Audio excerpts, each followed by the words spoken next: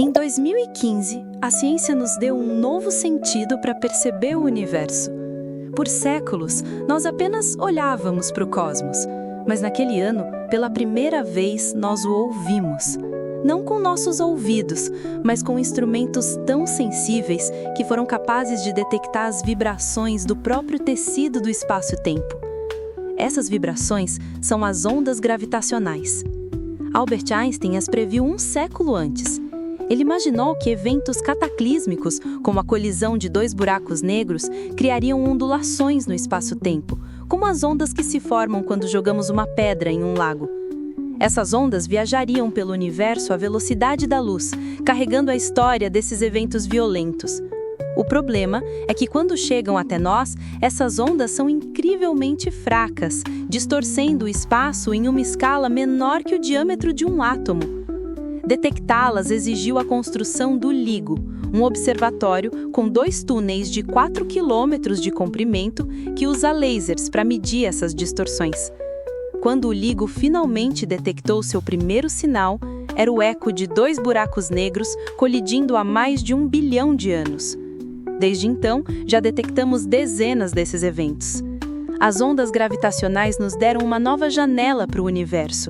Elas são a trilha sonora dos eventos mais extremos do cosmos, um eco que nos conta histórias de um passado violento e distante.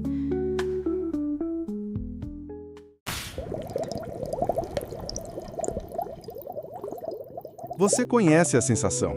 Você liga o rádio por 2 minutos, ouve o refrão de uma música qualquer e pronto, ela tá lá, presa na sua cabeça, em um loop infinito pelo resto do dia. É a famosa música chiclete, ou como os cientistas a chamam, uma imagem musical involuntária. Mas por que isso acontece?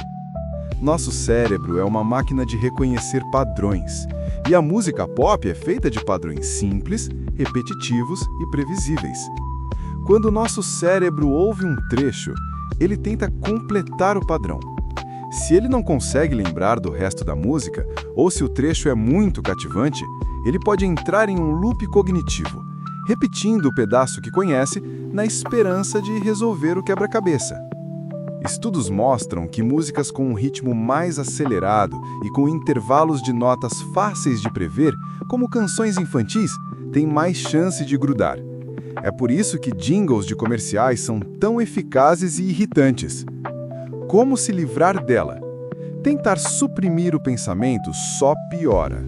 O melhor truque, segundo a ciência, é ouvir a música inteira, do início ao fim. Isso ajuda o cérebro a fechar o arquivo e sair do loop. Outra opção é trocar o disco, ouvir outra música bem diferente para ocupar o espaço. Ou, a mais curiosa de todas, mascar um chiclete. Acredita-se que o ato de mascar interfere nos mesmos circuitos cerebrais da repetição musical. Então, da próxima vez, a solução pode ser mais simples do que você imagina. Bem-vindos ao laboratório! Hoje vamos provar que dentro da luz branca do Sol ou de uma lâmpada existe um arco-íris inteiro escondido. E vamos fazer isso construindo uma ferramenta científica de verdade, um espectroscópio, usando apenas uma caixa de papelão e um pedaço de CD ou DVD que você não usa mais. Primeiro, pegamos uma caixa de papelão comprida, como uma de sapatos, e a pintamos de preto por dentro para evitar reflexos.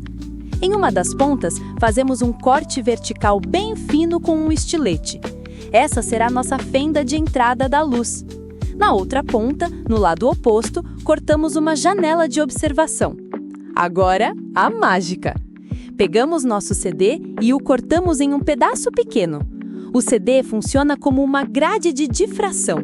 Sua superfície tem milhares de pequenas ranhuras que dividem a luz em suas diferentes cores ou comprimentos de onda. Nós colamos esse pedacinho de CD dentro da caixa, em um ângulo de 60 graus em relação à nossa janela de observação. Fechamos a caixa. Tá pronto! Agora, aponte a fenda para uma fonte de luz, como uma lâmpada, e olhe pela janela de observação. O que você vê? A luz que entrou pela fenda bateu no CD, foi dividida e agora você pode ver o seu espectro, todas as cores do arco-íris separadas. Você acabou de construir uma ferramenta que os astrônomos usam para descobrir a composição de estrelas distantes.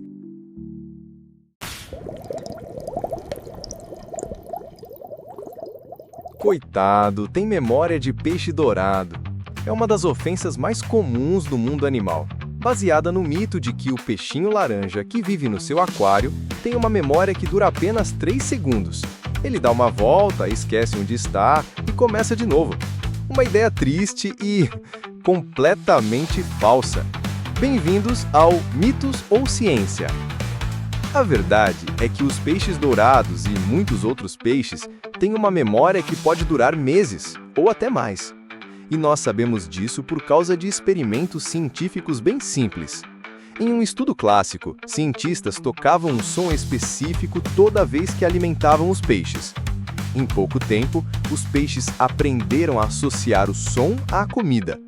Eles subiam à superfície procurando o alimento assim que o som tocava, mesmo quando não havia comida. O mais impressionante, eles se lembravam dessa associação por mais de 5 meses. Outros estudos mostraram que peixes conseguem aprender a navegar por labirintos, a reconhecer seus donos e até a evitar anzóis específicos depois de serem capturados apenas uma vez. A memória de 3 segundos é um mito que subestima muito a capacidade cognitiva desses animais. Eles são capazes de aprendizado e memória de longo prazo. Então, da próxima vez que olhar para o seu peixinho, lembre-se, ele provavelmente se lembra de você, da hora da comida e de todas as vezes que você esqueceu de limpar o aquário. Para encerrar o nosso episódio, vamos conhecer uma criatura que parece ter saído de um desenho animado. Um animal que vive em um estado de juventude eterna e que detém o segredo da imortalidade biológica, o axolote. Esta salamandra aquática, nativa de lagos perto da cidade do México, tem uma característica única, a neotemia. Isso significa que ela atinge a maturidade sexual sem passar pela metamorfose.